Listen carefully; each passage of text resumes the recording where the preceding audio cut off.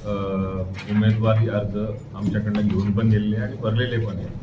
आज मुलाखती घेतल्यानंतर उद्या दिवसभरापर्यंत जितकी मुलाखती होतील, काही काळ मी थांबेल, काही काळ आमची समिती ती समितीच्या माध्यमातून त्या मुलाखती चालतील आणि परवापर्यंत उमेदवारांचं चयन करून 29 तारखेला संध्याकाळपर्यंत आम्ही आमची फिगर क्लिअर करू. सर, युतीचं काय म्हणणं आहे? ही आम्ही प्रस्ताव दिलेला आहे, परंतु अजूनपर्यंत कुठल्याही प्रकारचं त्याच्यावरती चर्चा झाली नाही किंवा अजूनपर्यंत त्या प्रस्तावाला त्यांनी पाहिजे तसा अजून प्रतिसाद दिलेला नाही. त्याच्यामुळे युती करणं हे प्रथम कर्तव्य होतं, त्या दृष्टिकोनातून आम्ही प्रस्ताव दिलेला आहे. अजून चर्चा काही झाली नाही.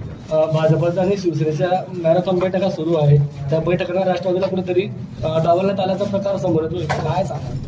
हे असं काही म्हणता येणार नाही, कारण स्थानिक स्वराज्य संस्थेच्या निवडणुका अनेक बऱ्याच वर्षानंतर होत आहेत. त्यामुळे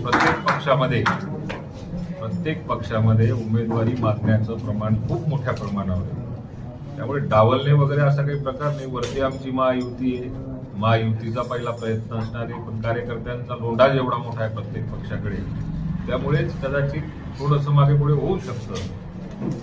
मैत्रीपूर्ण जर का लढवायची वेळ आली तर तसं करावं लागतं. आपल्या नेत्यांकडून स्थानिक परिस्थिती, उमेदवारांची मागणी हे जर का बघितलं तर युतीमध्ये लढवणं आमचं प्रथम कर्तव्य आहे, पण अजूनपर्यंत त्याच्यावरती फार काही चर्चा झालेली नाही. आपल्या नेत्यांकडून सोबतचा या आधीच नारा देण्यात आलेला आहे.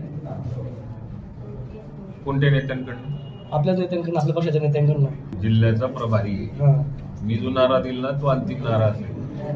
समजा जर का युतीचा आमचा प्रयत्न आहे, मला प्रदेशावरून समजा जर का निरीक्षक म्हणून इथं पाठवलं असेल, जबाबदारी जर का दिली असेल, तर युतीची चर्चा माझ्याच माध्यमातून झाली पाहिजे. मी तो करण्याचा प्रयत्न करतोय. त्यात